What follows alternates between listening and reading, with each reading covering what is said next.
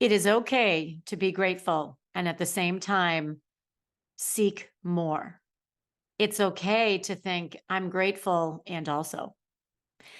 In this short episode, I wish you all a fantastic Thanksgiving. And we talk about toxic gratitude and how you can change the way you're thinking, be mindful of what you're saying, and how you're using this gratitude with you, with your family, with your friends. And other than that, it is a Thanksgiving love letter to you all. I appreciate every single one of you, and I wish you the best. Are you ready to speak up, stand out, and get your seat at the table? If so, you're in the right place.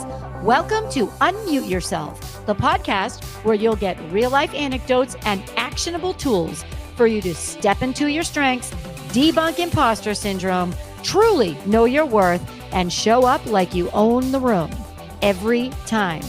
I'm your host, Nancy Medoff, who did the thing and followed my passion for empowering women like you to unleash that inner spark and become who you know you are meant to be.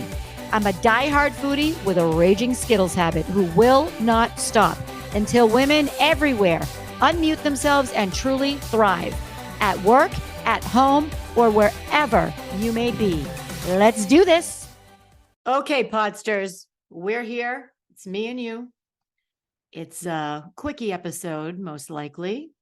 And I'm here today to talk to you about something called toxic gratitude. And this is timely because it's Thanksgiving.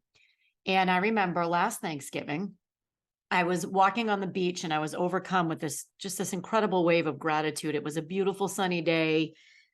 I love this time of year. Thanksgiving is by far my favorite holiday. I absolutely love it. I love everything about it. I think I like it so much because as a kid, we used to have some pretty fun Thanksgivings. And then as an adult, it's a day when nothing is open or nothing used to be open. So you can't really do anything. And before there was the internet, you really couldn't do anything. You couldn't go anywhere. Nothing was open. It was forced relaxation. And I love it. I'm here for it. As I love Thanksgiving for those reasons. And I also have a daily gratitude practice, which you probably know and can remember from my journal. I have a journal that I write in most mornings, and I have a spot for 3 things I'm grateful for. So gratitude is not new to me. It's not a concept that I'm not trying to be more grateful. I have this innate gratitude within me, usually. Not all day, every day, but most days. So I'm walking along the beach and I was overcome with this incredible feeling of gratitude. And at the same time, a few minutes later, I started thinking about what I want for my business in the coming year and what I want for my life in the coming year and what I want that year to look like. And I caught myself before I could shame myself or before I could say, you should be grateful you have so much. I am grateful. I have more than many people. I am grateful for my health. I'm grateful for a lot of things. I'm grateful for my husband. I'm grateful for my family, my friends. And I remember thinking to myself, you can be grateful and want more. So I filmed this little reel and it was about I am grateful and also is a big deal over here at Unmute Yourself, the podcast. So this got me thinking. I've been thinking because we're coming up on Thanksgiving. It's in 2 days and everybody's starting with the hashtag grateful and all of that. And I think it's important. And I think it's a wonderful time of year. And I think everybody loves to be grateful around Thanksgiving. It is when that gratitude isn't sincere or when you are being shamed into being, quote, grateful, or you're being in a situation that is about toxic gratitude, which really, if you think about it, is a form of gaslighting. So I'm going to jump in here and talk a little bit about what I mean. And I'm hesitant always to jump into I call it the corporate bingo speak or the corporate speak, quiet quitting, the great resignation, quiet cutting, quiet thriving, all of the expressions. And I heard this toxic gratitude. I actually heard it on a Mel Robbins podcast. As you know, if it's me, there's either Mel Robbins or Brene Brown is going to be quoted. So I listened to this podcast and I went back to it because I wanted to get a little more information for you all and have a little more reference point. So she was talking about toxic gratitude, and I said, that's a really good way to put it. It's gratitude that is fake. It is gratitude that is being used either on you or by you to manipulate behavior. It is gratitude that is also shaming at the same time. And I want to be really clear, because when I posted this reel last year, I got a lot of feedback. I was actually stunned at how many notes and comments I got from people saying, thank you so much for saying this. You can be grateful and want more. You can be grateful for your marriage and at the same time know that it's time to move on. You can be grateful for a friend that you've known for years and also want to spend less time with them. You can be grateful that you get a paycheck, but because a lot of people don't. So you can be grateful about that and also know it's time for a new job. So Mel's episode, and I'll put a link in the show notes, she talks about six different ways that toxic gratitude shows up. And I'm going to focus on 3. So the first one is when you use gratitude to focus on the good and you completely ignore a big steaming mess that's in front of you. So it's kind of like Cleopatra, Queen of Denial. You're over focused on all this gratitude and you ignore the serious mess that's in front of you, or the serious situation, difficulty, issue, whatever the case may be, that's in front of you. So that's one way that it shows up. Another one is, and I see this so much in what I do with my private one-on-one clients. By the way, there's an application in the show notes. I have one spot left for my 3-month private coaching. It's a quick application. It'll take you like, I don't know, a minute. And then we hop on the phone to make sure it's a good fit for you. So this is when you use your gratitude or your forced gratitude or even sincere gratitude to stay stuck. So you use it to do nothing, such as, well, he provides for me and he doesn't cheat on me. So even though it's a loveless marriage, I'll stay. Or, wow, I have an excellent job. And this happened with me in my career. I have a great job and I am so grateful for this job. I get to see the world. I get to meet new people. I get to experience new cultures. I'm making good money and I still want more. So if it's when you use that gratitude to shut down your own wanting of more. And like I said, I get this a lot with my private clients. They will say, well, how can I leave this job? It's such a great job. I'm so grateful for this job and I'm grateful for the opportunity and I'm grateful for my 20-year career, 10-year career, whatever the case may be. You can be grateful and also know that it's time for a change. It's not a divorce, it's a graduation. This is in your career.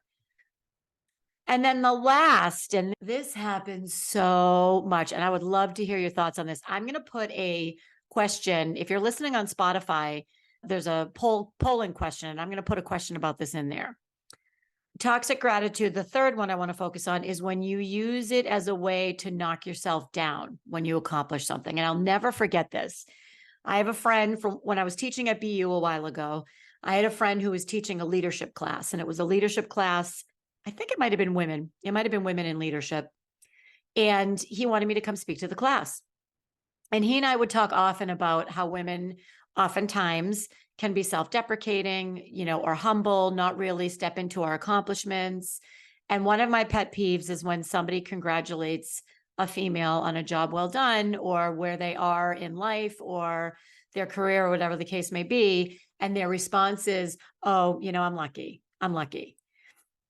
Sure, there's a little bit of luck, or there's a little bit of fortune, or there's a little bit of blessing, or a little bit of, I'm going to say luck. There's a little bit of luck that you were born where you were born, when you were born, when you had the advantages that you had. And at the same time, I'm sure you worked hard for whatever that reward is or whatever it is that you're being congratulated on. So back to my story. So he invites me to come talk to this class, and I can't even believe this. he talks about my career, and I had a pretty robust resume, and he lists through all my accomplishments, and they say, tell me about your career. And I said, well, I've been lucky. I've been lucky. And I looked over at him and I couldn't believe it. I said, I can't believe I just said that. Sure, there's a little bit of fortune, if you will, or there's a little bit of right timing, right place, right time. And also, I worked damn hard to get where I got and to get where I am. So, yes, there is the opportunities that I've been afforded because of where I live, because of who I am, because of the color of my skin, because of the country I'm in. Absolutely. Yes. And that's the luck of the draw. I could have been born anywhere. And also, I worked hard to get where I am. So, when I say lucky, when I was saying lucky, I was self-deprecating and I was minimizing my accomplishments. And that was toxic gratitude. I'm just grateful to be here, which we are. And also, we worked hard. So that's a lot to unpack. Hopefully you're thinking about this a little bit. So here's what I want to suggest.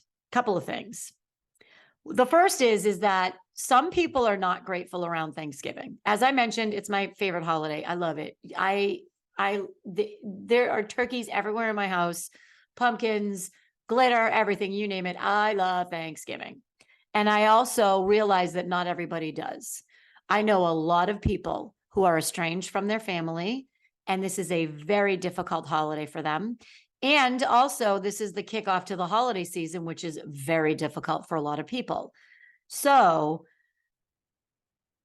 I suggest that, and I know you won't do this. Those of you who listen to this podcast, you're the best. You're the best. I don't have to worry about you or what you're saying. I would say be mindful that not everybody is as excited about the holiday or is as grateful. Some people simply aren't. They can't find that gratitude within them, and that's okay.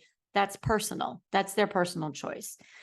So what I would suggest is that you start a sentence and you say, I'm grateful and also, or I'm grateful and think about what comes up with that and, because that's going to tell you what that change is that you've been avoiding, or maybe it's subconscious, or maybe you're not ready, and that's cool. Or maybe you think I'm grateful and also, and you can't think of anything else, and you are just swimming in gratitude, and that's awesome. You're good. You're good. Provided that there's not a sinking feeling after you say that, such as I'm grateful, and I'm just going to be grateful. I'm not going to rock the boat. That's what we want to avoid. So I want you to say that sentence to yourself, see what comes up, see what happens, and take it from there. That's your call to action. One of the things that Mel recommends, and again, I'll put the link in the show notes, is to say, I'm thankful. If saying you're grateful makes you feel like you have to stop there, maybe you say you're thankful. I'm thankful for a lot of things. You can be thankful and state what else it is that you're looking for, or what your next step is, or, I want to give you all permission and encourage you to be grateful. And that's it. That's it, Podsters. Here's what I'm grateful for. I am incredibly grateful about this community. I am so grateful. I know a lot of you are sharing these episodes, because our viewership, whatever the case may be, it is absolutely skyrocketed, particularly in the past few weeks. So I would be very grateful if you continue to share an episode that you think will resonate with someone. Maybe it's this one, maybe it's a previous one. I have a number in my head. We're at about 8,200 downloads right now, and I want to get to 10,000 by the end of the year. So that's 1,800 listeners, new listeners, or 1,800 plays of one of these. I think we're at 75, 76 podcasts. So if there's one that you like and you'd like to share it with somebody, I would be very grateful for that. That will help our numbers grow. There is nothing I get. This is simply a challenge that I have given to myself. mostly so that I don't coast through the rest of the year, because I wrapped up my last speaking gig and now I get to double down and work on my foundations. So here's what's in store for you for the next few weeks. I'd say the next 5 weeks, 5 or 6 weeks. We have the Did the Thing mini series. So I'm going to release a second podcast every week. It's going to come out on Thursdays. And these are very short vignettes with people that I interview who did the thing. So these are people that had a dream, they had a passion, and they put the work in, they put together their plan, and they did the thing. And this is their stories and their advice.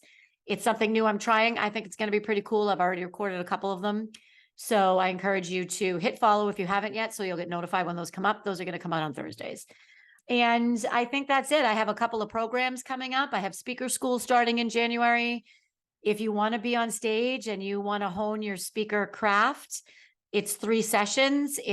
We're going to finish in a month, and you're going to be locked and loaded to speak. You're going to have your signature keynote. You're going to have some marketing materials. You're going to have your prospecting plan. It's a really great program. And then my Do the Thing retreat is going virtual, and we ride at dawn on January 5th. So if that's something that interests you, that'll be in the show notes. Other than that, my podsters, so much gratitude for all of you that I've met, those of you I haven't met yet, for sharing the information, for supporting each other and empowering each other. This is how we make the change. This is how we do it, one person at a time. So thank you. Peace out and happy Thanksgiving. That's a wrap, Podsters. And before we go, I ask you, what's one thing from today's episode that you will use this week to unmute yourself? DM me, email me, send a smoke signal, whatever you need to do. Let me know what you're going to do differently. And if you enjoyed this episode, please share it with someone you know and leave a 5-star review on Apple. This helps me spread our message of empowerment to more people worldwide. Let's do this.